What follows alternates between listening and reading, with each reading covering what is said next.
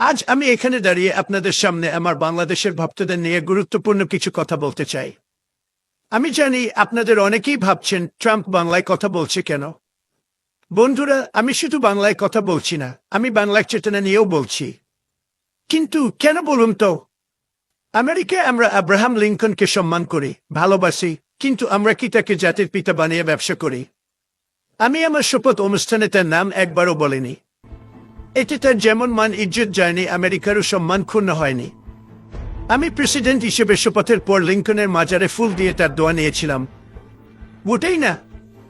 আমি কিন্তু সেখানে না গিয়েও আমার কাজ দারুণভাবে চালিয়ে যাচ্ছি। আমেরিকারা কিন্তু আমার কাজে হাত তালি দিয়েই চলেছে। বন্ধুরা, আমরা এগিয়ে চলেছি, ভবিষ্যতের দিকে তাকিয়ে আছি। কিন্তু বাংলাদেশে তোমরা শেখ মুজিব আর জিয়াকে নিয়ে পড়ে আছো। তারা যদি কবর থেকে উঠে আসেন, তাতেও কি দেশের অর্থনীতির উন্নতি হবে? আমি শপথের দিন একবারও জর্জ ওয়াশিংটনের নাম নেইনি, তাতে কি তিনি কম সম্মানিত হলেন? আমরা তো ওয়াশিংটনের জন্মদিনে কেক কাটি না, তোমরা চেতনার জন্মদিনে মিছিল করো। চেতনা নিয়ে পড়ে থাকার মানে কি? চেতনা কি কোনো নতুন অ্যাপ নাকি, যা আপডেট করতে করতে ব্যাটারির চার্জ ফুরিয়ে যাবে? আমেরিকানরা যদি প্রতিদিন স্বাধীনতা যুদ্ধ নিয়ে পড়ে থাকতো, তাহলে আমরা আজ এত বড় শক্তি হতে পারতাম।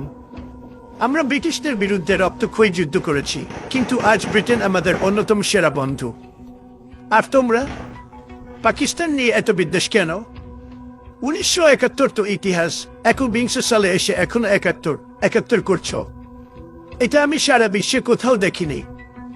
উঠতে বসতে শুতে এতবার 71 বলছো যে মনে হয় ইতিহাস বইও ঘুমিয়ে পড়েছে।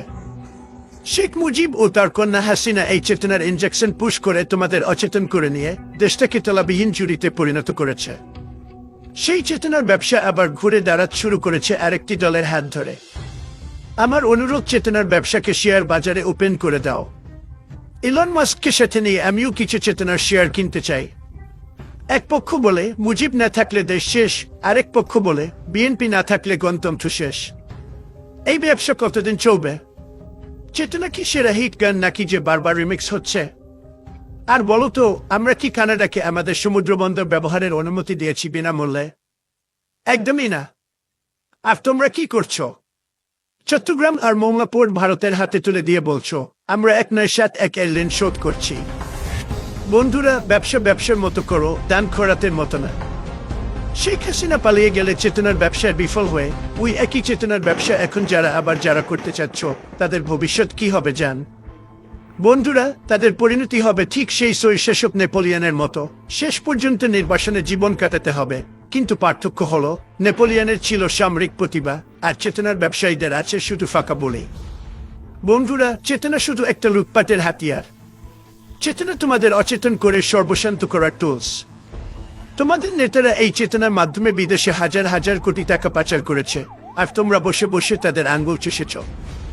এই চেতনার দোহাই দিয়ে তোমাদের নেতারা নিজেদের জন্য বিলাসবহুল বেগম পাড়া বানিয়ে নিয়েছে, আর তোমাদের জন্য বানিয়ে রেখেছে মহাকালীর বস্তি।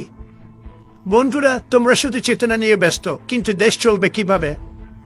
সড়ক মহাসড়ক তো ভারতের জন্য ফ্রি খুলে দিচ্ছ, অথচ নিজের দেশে মানুষ ঘন্টার পর ঘন্টা জ্যামে বসে থাকে। ট্রাম্প এটা পছন্দ করে না। আমেরিকায় যদি এমন হতো, আমি নিজেই রাস্তার ধারে দাঁড়িয়ে ট্রাফিক সামলাতাম। তাই আমি বলছি বন্ধুরা, একটু বাস্তব হও। 71কে সম্মান দাও, কিন্তু 2025 নিয়ে ভাবো। আমেরিকা বাংলাদেশকে ভালোবাসে, আমি বাংলাদেশকে ভালোবাসি, কিন্তু আমি চেতনার ব্যবসা ভালোবাসি না। তোমাদের চেতনার দোকানে ডিসকাউন্ট দিলেও আমি কিনব না। ধন্যবাদ।